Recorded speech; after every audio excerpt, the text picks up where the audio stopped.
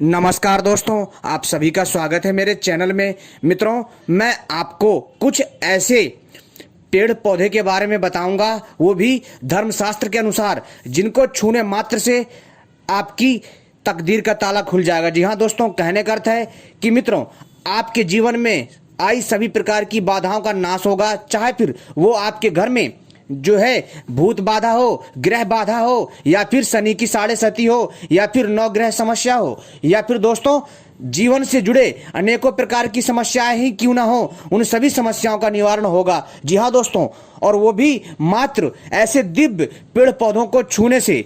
यदि आपने उनको छू लिया, जी हाँ दोस्तों, छूने से ही दोस्तों आपके जीवन के हर एक कष्ट मिट जाएंगे। जी हाँ दोस्तों, आपके जीवन के हर एक समस्या दूर हो जाएगी।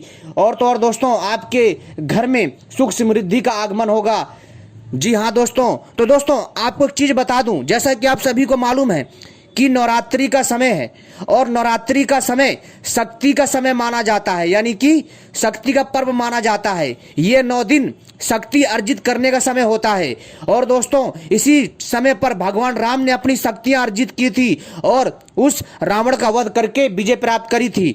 दोस्तों, जो ये समय है बहुत दुर्लभ होता है। ये जो माता रानी के जो ये 9 दिन है, ये 9 दिन शक्ति को जागृत करने का, अपनी शक्ति बढ़ाने का, तथा अपने शरीर को एक दिव्य पुरुष बनाने का बहुत उत्तम समय होता है। जी हाँ दोस्तों, तो चलिए मैं आपको बताता हूं उन दिव्य पेड़ पौधों के बारे में, जिनको छूने मात्र से दोस्तों आपके सभी कष्टों का होगा नाश, आपके सारे कष्ट होंगे विनष्ट।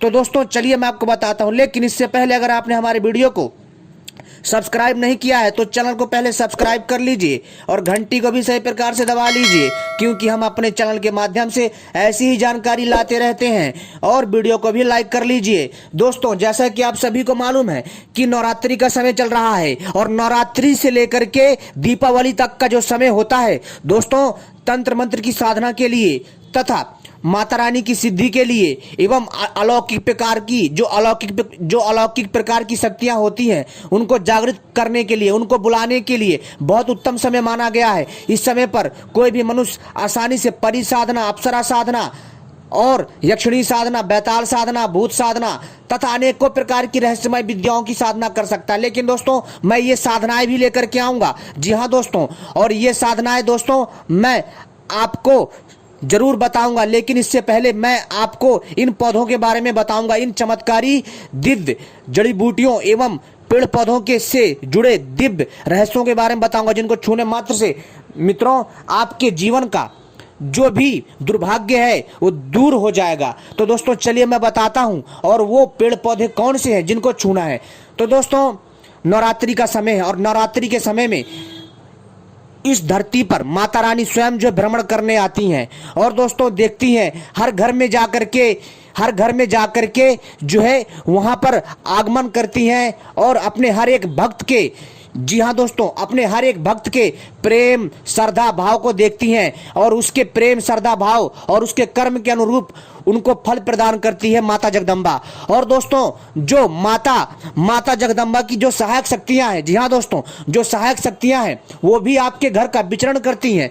जी हाँ दोस्तों, वैसे माता को तो किसी सहायक शक्ति की आवश्यकता नहीं, किंतु मित्रों माता तो दिव्य स्वरूपा है, वह स्वयं निराकार भी है और साकार भी है, और उसको तो दोस्तों बिना आए ही सब कुछ पता चल जाता है। लेकिन जो नवरात्रि का जो पर्व है वो स्पेशली माता रानी का समय होता है, और इस समय पर आप कुछ भी करते हैं दोस्तों, तो दोस्तों उस पर आपको सफलता जरूर मिलेगी। तो दोस्तों चलिए मैं आपको बताता हूं उन पौधों के बारे में। उस पौधे का पहला जो पौधा है, उस पौधे का नाम है दोस्तों पीपल का वृक्ष। जी हाँ दोस्तों, पीपल का जो वृक्ष होता है वो देव वृक्ष होता है, और इसकी सबसे लंबी आयु होती है। यदि आप नवरात्रि के दिन, जी हाँ दोस्तों, यदि आप व्रती हैं और व्रत रखते हैं या फिर कोई साधना कर रहे हैं, जी हाँ दोस्तों, तो आपको क्या करना है कि सुबह हो या शाम ब्रह्म मुहूर्त में जाइए, कहाँ, पीपल के पेड़ के नीचे स्नान करके शुद्ध होकर के जाइए, और एक तांबे के लोटे में जल लेकर के जाइए, ठीक है, और अपने साथ 1 कपूर की टिकिया ले जाइए, 1 से 2 कपूर की टिकिया ले जाइए, और धूपबत्ती ले जाइए, और साथ में रोली ले जाइए, ठीक है, और जाकर के पीपल के वृक्ष को ब्रह्म मुहूर्त में जाना, सूरज उगने से पहले पहले दोस्तों, और इसको जो है सबसे पहले जाकर के पीपल देवता को प्रणाम कीजिए, क्योंकि ये कलयुग में साक्षात वासुदेव का स्वरूप माना जाता है। ठीक है दोस्तों, यानी श्याम का स्वरूप माना जाता है।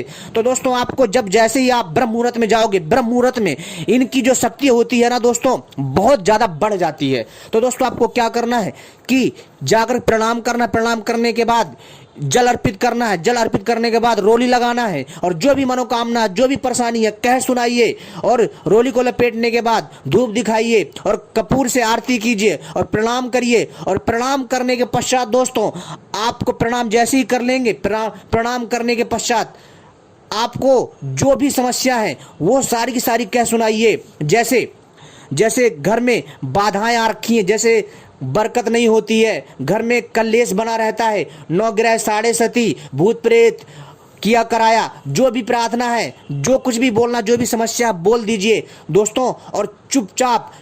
और वहां से निकलने से पहले पीपल के पेड़ की छोटी सी जड़ को खोद करके, जी हाँ दोस्तों, खोद कर, लेकिन उसको काटना नहीं है, खोद करके वहां पर आपको, जी हाँ दोस्तों ध्यान सुनिए, वहां पर भी एक रोली का छोटा सा टुकड़ा लपेट देना है और चुपचाप वहां से बिना देखे आ जाना है। ऐसा करने मात्र से दोस्तों आप यकीन नहीं मानेंगे, वो बदलाव होगा कि आप सोच नहीं सकते। और यदि आपके शरीर में थकावट या फिर दोस्तों किसी भी चीज को लेकर के आप बहुत ज्यादा डिप्रेशन में हैं, आपको बहुत ज्यादा चिंता है, तो दोस्तों जब जैसे ही आप इसको छुएंगे, छूने मात्र से, इसके पास जाने मात्र से दोस्तों आपको एक अदृश्य शक्ति का अनुभव होगा। जी हाँ दोस्तों, इसमें कुछ कर्मकांड नहीं करना, बहुत आसान है। और दूसरा जो पेड़ है, जी हाँ दोस्तों, दूसरा जो पेड़ है दोस्तों बहुत ही अद्भुत है दोस्तों, दूसरा बहुत ही दिव्य एवं चमत्कारी पेड़ है, इसको भी देव वृक्ष की श्रेणी में रखा गया है। और दोस्तों ये है केले का, जी हाँ दोस्तों, ये केले का पौधा, ठीक है, आप इसको केले का पेड़ भी कह सकते हैं।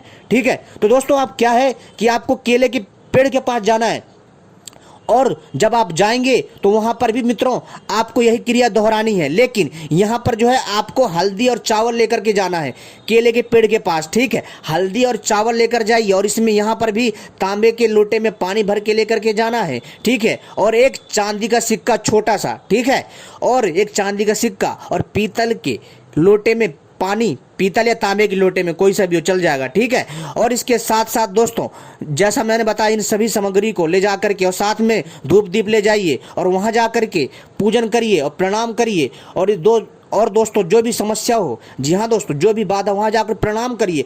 आपको उसे छूना है, आपको अपना दुख दर्द बताना भी नहीं, आपको छूने के बाद प्रणाम करना है, और वहां पर थोड़ी देर सिर्फ 5 मिनट के लिए ध्यान लगा करके बैठ जाइए। ये भी ब्रह्म मुहूर्त में करना है, ध्यान रखिएगा, ब्रह्म मुहूर्त में करना है सारे उपाय, दोपहर में नहीं करना है, क्योंकि जो दोस्तों ब्रह्म मुहूर्त होता है ना, वास्तव में बहुत अद्भुत एवं दैवीय शक्ति से परिपूर्ण होता है। इस समय का जो समय होता है ना दोस्तों, उसको अमृत बेला कहा जाता है। और दोस्तों दिन में यदि आप प्रयोग करेंगे तो इसको लाभ नहीं मिलेगा। ठीक है, शाम से ज्यादा लाभ ब्रह्म मुहूर्त में मिलता है, इस चीज का ध्यान रखिएगा। अब तीसरा जो दिव्य पौधा है वो है तुलसी का पौधा। दोस्तों तुलसी को साक्षात तुलसी माता कहा जाता है, इसमें भी दैवीय स्वरूप होता है।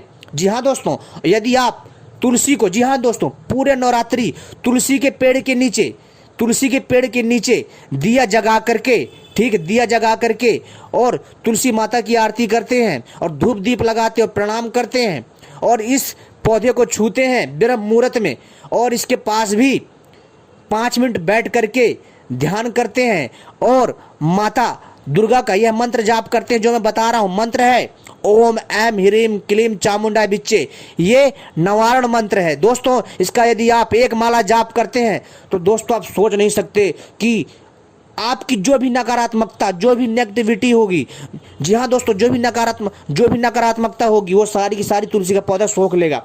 दोस्तों आपको पता है तुलसी का अकेला पौधा ऐसा है जो 108 से ज्यादा रोगों का सर्वनाश कर देता है। दोस्तों तुलसी के पौधे, जी हाँ दोस्तों, तुलसी का ही पौधा क्यों, अपितु जितने भी दैवीय पौधे, पेड़ पौधे, जड़ी बूटियां हैं, ये हमारे रोगों का सर्वनाश करती हैं, हमें निरोगी काया प्रदान करती हैं, और तो और दोस्तों यह हमारे जीवन को सुगम बनाती हैं, और आपकी जो कार्बन डाइऑक्साइड होती है, कहने का अर्थ है जो आपकी जो गंदी हवा होती है, जो गंदी सांस होती है, उसको ये एब्जॉर्ब करती है, यानी उसको सोखती है, और आपको स्वच्छ हवा प्रदान करती है, अर्थात ऑक्सीजन प्रदान करती है, जो कि प्राणवायु कहलाती है।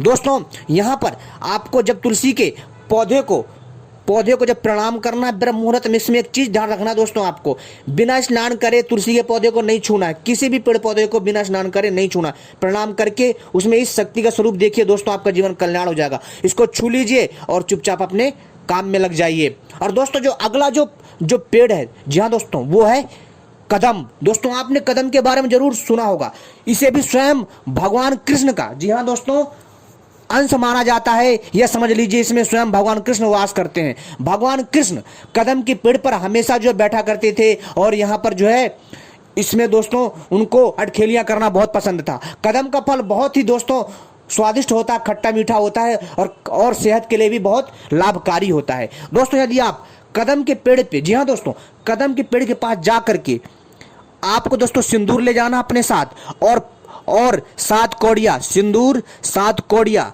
और जो है इसमें भी तांबे के लोटे में पानी लेकर के जाना है, ठीक है मित्रों। और जा करके तांबे के लोटे का पानी अर्पित करना है, ठीक है। और वो 7 कौड़ी, ठीक है, और धूप दीप आदि से जो है आपको पूजन करना है और प्रणाम करना है। और दोस्तों और इस वृक्ष को दोस्तों छूना नहीं है, इसको गले लगाना है, ठीक है। इसको मतलब आप चाहो तो छू सकते हो, लेकिन यदि आप इसको गले लगाओगे, गले लगाने के पश्चात इसको दोस्तों फिर प्रणाम करें और चुपचाप वापस आ जाए। दोस्तों यह पेड़ आपकी हर एक बाधा हर लेगा, क्योंकि पेड़ों में भी जीवन होता है। पेड़ों ने हमेशा हम मनुष्यों के लिए हमेशा जो है कष्ट उठा करके हमें लाभ ही पहुंचाया है, लेकिन मनुष्य फिर भी इनके दैवीय और आयुर्वेदिक फायदे से अनजान है। आपको मालूम है जब दैवीय आपत्ति आती है उस समय पर हमें यही प्राकृतिक वस्तुएं और प्राकृतिक पदार्थ ही काम आते हैं और कोई नहीं आता है कार्य हमारे। इस चीज का ध्यान रखिएगा। इसलिए दोस्तों हमें, क्योंकि स्वयं जो प्राकृति है वो स्वयं आदि शक्ति का अंश तथा उसका स्वरूपा माना जाता है। तो दोस्तों मैंने आपको बताए ये चार दिव्य पेड़ पौधे जिनको छूने मात्र से दोस्तों आपके जीवन में अचूक बदलाव आएगा और ऐसी अनहोनी होगी, यानी कहने का अर्थ है दोस्तों अच्छी वाली होनी ऐसी होगी कि दोस्तों आपके जीवन से सभी कष्टों का निवारण होगा। भूत बाधा, प्रेत बाधा, साढ़े सती, नौग्रह बाधा तथा घर में बरकत नहीं हो रहा, पैसा रुपया नहीं बच रहा है और आप कमाते बहुत है, पैसा किसी न किसी बहाने निकल जाता, नौकरी नहीं लग रही, कैसी भी समस्या हो मित्रों आप इसको एक बार करके देखिए। और यह दोस्तों नवरात्रि में यदि आप इन प्रयोगों को करते हो तो निश्चित ही लाभ होगा। और ये विशेषकर नवरात्रि में ही बहुत ज़्यादा लाभकारी होता है, क्योंकि नवरात्रि में इनकी शक्ति कई गुना बढ़ जाती है। ये सारे प्रयोग आपको जो है करने का है दोस्तों ब्रह्म मुहूर्त में, ध्यान रखिएगा। तो दोस्तों उम्मीद करता हूँ ये जानकारी पसंद आई होगी। ऐसी जानकारी पाने के लिए आप सभी हमसे जुड़े रहें। धन्यवाद।